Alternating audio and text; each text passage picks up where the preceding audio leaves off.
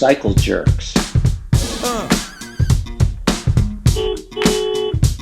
Hey, get out of the road, dummy. Cycle Jerks Podcast. All right, welcome everybody to Cycle Jerks Podcast. I'm your host, Mike Stewart, and today I'm very excited to be joined by just a BMX legend, somebody that I grew up racing BMX in and around the same parts, and always admired this guy, BMX Hall of Famer, Brian Patterson. Brian earned the ABA National Number One Pro title in '82 and '83 and was part of the most powerful sibling combination in BMX history, alongside his brother Brent. Brian, welcome to the podcast. Thanks for having me.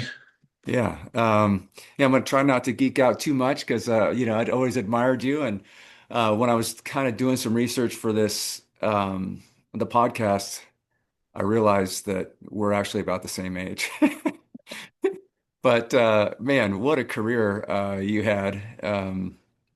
And so, yeah, if you don't mind, I'd like to talk to you a little bit about that. And I just wonder what was it like as I mean, I'm assuming you're still in high school and you win a car and you're the number one pro in the country and cover of magazines and everything. And was that all still happening while you were in high school? Yeah, that was my senior year in high school when I got the first number one title. Oh, wow. Yeah. So, and the car, if I remember right, the car had this logo on the side, National Number One Pro, right? Yeah, so ABA, put it up, and they had a magazine called Bicycles and Dirt at the time, Yeah. and so they painted the Bicycles and Dirt logo on the car, and with my name and number one pro, and basically had to keep that logo on it for a year until the next title was won, before you can change any of that. And I had a deal where I had to get it to a certain percentage of the West Coast races, drive it there to display as, Oh, part of their advertising thing. right. Yeah, that what was it like? Because I know in high school, I mean, your friends can be pretty ruthless. You're driving this car with with your name on the side of it, and did you catch a? I mean, did people like admire it, or were they making fun of like, got your name on your car?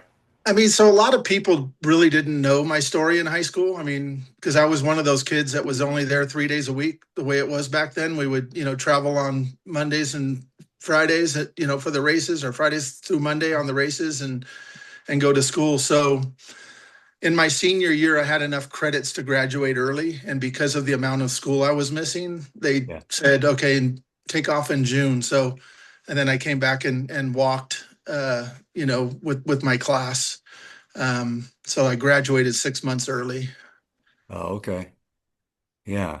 Yeah, I can't imagine. Uh, growing up in NorCal, I always had this like this perception of the BMX magazines and everything. It was all of Southern California, and they would always profile all these Southern California riders, and um, but it was just cool to see you and your brother, also Richie and Ronnie, from Northern California, getting some recognition through the magazines. But I did always feel like it was a little bit, kind of weighted towards the Southern California scene. Did you feel that way too?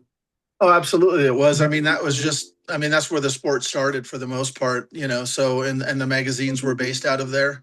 Yeah. But, we were some of the early ones, traveling down south to race against, we would go down there on a Wednesday and race Wednesday night, Friday night, Saturday, Sunday, then come back. My parents were getting us out of school when I think I was 10 or 11 at the time, Wow. just to race better competition, Yeah. and that they couldn't ignore the fact that we were beating those guys. So, we ended up getting some coverage. They had to cover you. You didn't have a Exactly. choice. Yeah, that's funny. Yeah, I've had some, so I've done a couple hundred episodes of this podcast, and I do focus mostly on bike industry and, with some athletes as well. But I've had Mike Franzi on, he was really involved with Park BMX in the early days, and had Eddie Fiola on, some old school guys. So Yeah. it's really great to have you having you join me here. Um, so can you talk a little bit about, like you had this run from 82 to 85 where it just seemed like you were just winning everything. Did you obviously that plays with your confidence, right? Were you feeling like you were unstoppable during that period of time? Yeah, when I came back to the sport, I raced from 10 to about 13. Then I went through a big growth spurt and was uncoordinated. My legs were always sore, so I basically stepped away from the sport for 2.5 years. Okay. And then came back when I was like 15, uh, 15 and a half, somewhere around there. And then, uh, just had a new passion for it. And, I was able to, jump back on the team and travel and stuff. And then I had some success in, 15 and 16 expert. And that's when I decided, after that, I decided to go pro. Training with Brent, who was obviously one of the top riders back then, and Yeah. seeing what he did. And then I started doing things differently than him, kind of did it on my own, riding a lot of hills in Hayward, just doing stuff that then, not doing all the weight rooms. We did the weight room stuff, but not, primarily just weights and stuff like that. We were doing things we actually hired a trainer, the guy that used to train Brad Lackey. Um, Oh, and yeah. he was working with us and came out and monitored the sport and said, well, we need to work with your quick twitch muscles and stuff like that. So we were doing a lot of lighter weight, a lot of repetition for sprinting and that type of stuff, not the real heavy stuff. And worked in that direction. So I got to a point where, yeah, when I got on the gate, I knew I was going to win. I mean, and Yeah. it was either me or Brent for a while there. I mean, we were going back and forth on some of those summer tours. I mean, if I didn't win, he was winning. Right. It was a fun run. Yeah, I can imagine having an older brother that I'm sure you're getting picked on by him at some point in your life, and then you growing up together, he's always like a little bigger, a little stronger, a little faster. And then to have that in your life as a constant motivation, I'm sure that definitely played a role in your development, you know. I know 100%. like I coached my kids through baseball and basketball and whatever, when they were younger. And I know like sometimes you get the younger sibling of, in the family, and those kids always seem to have like a little extra in the tank, for whatever reason, Yeah, well, they grew up watching their older siblings and seeing what they can do, and they're doing it at a younger age, and that's Yeah. kind of the way things worked out. Yeah, Yeah. And I mean, Brent's career was, equally prolific in a lot of ways, Um, absolutely. yeah, that's really cool. And you were talking about in high school and traveling down to Southern California, 3, 4 nights a week. That doesn't happen without your parents, I'm sure. And I know your dad was a big supporter of you guys and just the development of Patterson Racing. Can you talk a little bit about that? Sure. So yeah, I mean, the parents have been overly supportive our whole lives, in everything that we've done. And so, we raced early on. We started off racing for Cycle Pass Schwinn in Hayward, a bike shop. Hmm. And then um, we had started racing for AAA Fire, the company that we my parents have had for 50 plus years, 52 years now. Yeah. Um, and so we raced with AAA Fire for a while, and then we got picked up by Speedo in Hayward, and that's when things started going more on I would say more of a regional basis. But we weren't just in California; we were going to Arizona and Nevada, and different states racing, and then that's in the 70, I want to say 76, 77 is when they started doing some of those summer tours. Okay. So yeah, we raced for Speedo for a while, and my dad invested some money in there because all they made were forks back in the day, and they were going to come out with a frame and to go with it and have a bike and everything. And the guy that owned the company ended up not using that money for for a frame and stuff. So we ended up leaving them, and then there was a couple teams that wanted to pick us up. I know Robinson Racing and few of the SoCal teams down there wanted to pick up LRV Racing. I forget. There was a couple of other ones, but my dad wanted to try to keep the core of the team together because we had a really good team, even though it was pretty much a local team, a Northern California team. But Yeah. we were dominating the races in a many different age groups at the time, and that really didn't come to fruition. So he said, "Hey, we'll start our own company," and so we started Patterson Racing Products. And there was a Jerry Griffith who owned Oakdale BMX track, and they had I don't know if you ever raced there back in the day, but Oh yeah. yeah, they had the speedway around the outside. So Jerry Griffith actually made the very first Patterson frames. He had a shop there, at Oakdale, and he was doing stuff for Kenny Roberts at the time, building his motorcycle frames. Oh, okay. And he he actually made our very first frame. And there's an ad out there with Brent and Kenny Roberts at one point, Oh, with Patterson Racing, which was kind of cool. yeah. What But so from was it just a prototype and he no, it made was it was actually it was called the PR Century. It was the very first frame that we made. Century was named after the fire extinguishers that Ansel, the company that we're a distributor of, okay. that was their brand of extinguisher, or their line of extinguishers. So Yeah. my dad took a twist on that from the fire protection industry, and it was called the PR Century. They kind of weave them Um, together. yeah, kind of weaved them together. Yeah. Yeah. So Well, so did they produce the frames in Oakdale or did you later absolutely, go yeah. to somebody that could manufacture? So the very first early frames that were all produced in Oakdale, and it was a collaboration.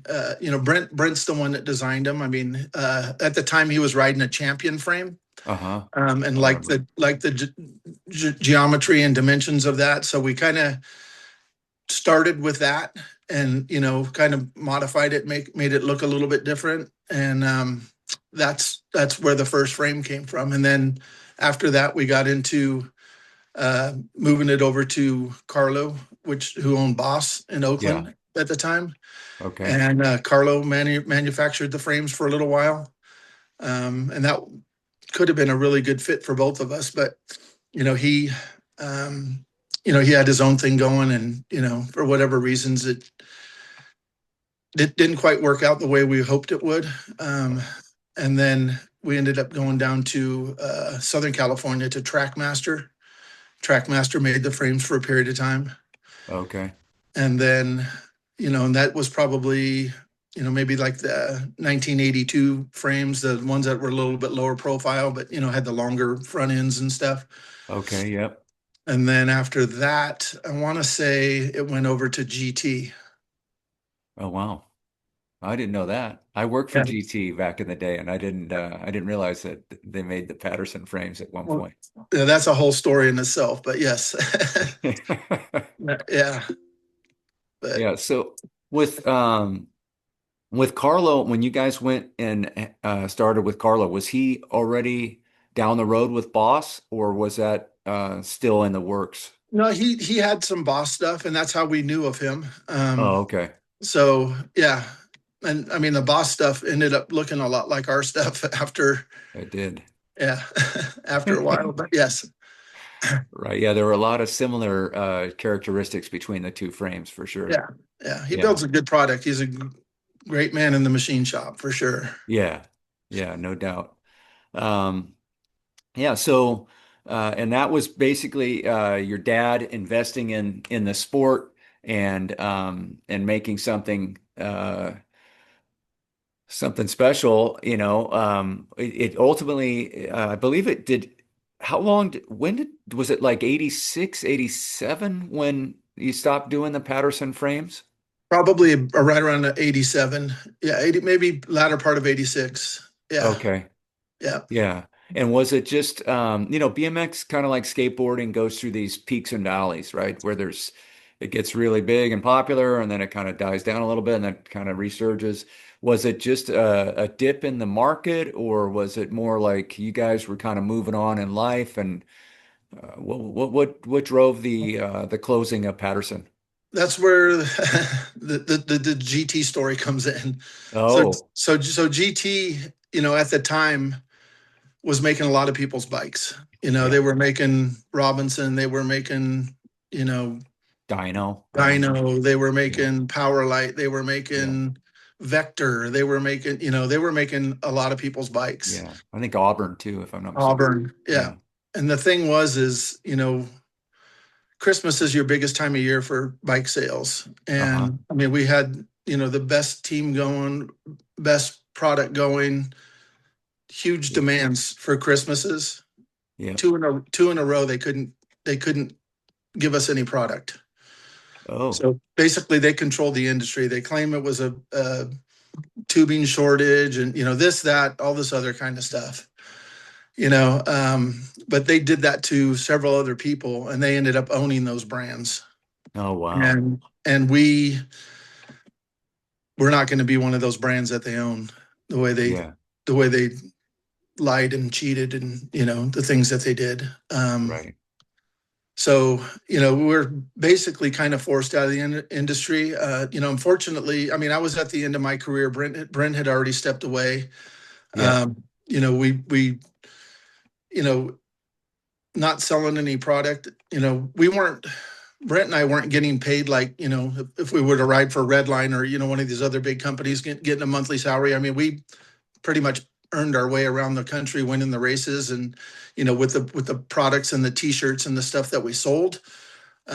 We paid our way and, we did okay. Yeah. But, it wasn't like these other teams that had, these guys, these pros were getting paid. I mean, we were making a lot of money off our co-sponsors and stuff. I mean, we were making a living, and then Yeah. back then the purses were decent. Right.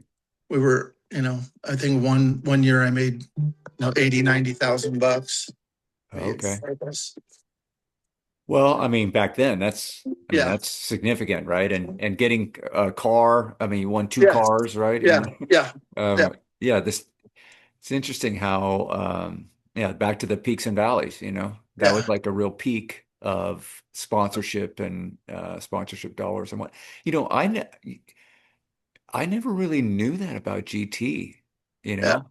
And No, it was dirty. I mean, we were kind of getting involved with a lawsuit with Vector. They were a East Coast team out of Tennessee, yeah, and their ownership was pissed, and they said, "Look, you guys are the face. We'll put the money up. You guys are the face." And they were going to sue GT, and I don't know whatever happened on that, whether they went through with it or not. But yeah, Rich Long was not a very he was a very shrewd businessman, but he was looking out for his own interests for the most part. I mean, he wasn't very friendly, and you know, when it came to that type of stuff, he promised the world and delivered nothing.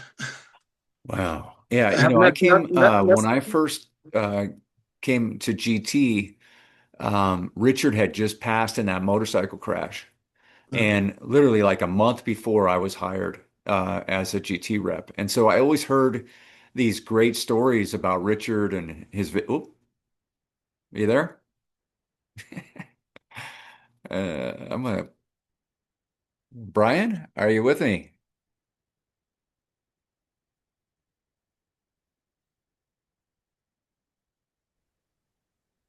All right, and we're back.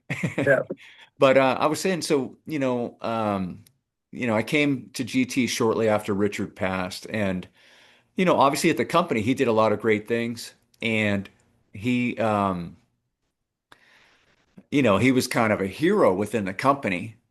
He was the visionary, he was the leader, he did all these things. But to get the other side of the story, it is kind of interesting too, because on the surface you think of Patterson Racing. This is more of a boutique brand, right? This you're selling frames and forks. Did you have complete bikes at the time? Because I don't So, remember that. so at the very end, we did. So Oh, once okay. once we got screwed a couple times by GT, we went over to Japan, and Oh, we were okay. getting a complete package delivered, bag, boxed, stickered, everything. Yep. And then we would buy. So they would do the frame, forks, and handlebars in one box, and then we would buy the bike kits because they weren't doing complete bikes at the time. They couldn't ship them for whatever the reasons were back then. Yep. And so we were buying a kit that you could assemble and do that. And at the time, you know, so you came in, you know, I mean, GT blew up, right? I mean, with Yes. BMX, mountain biking.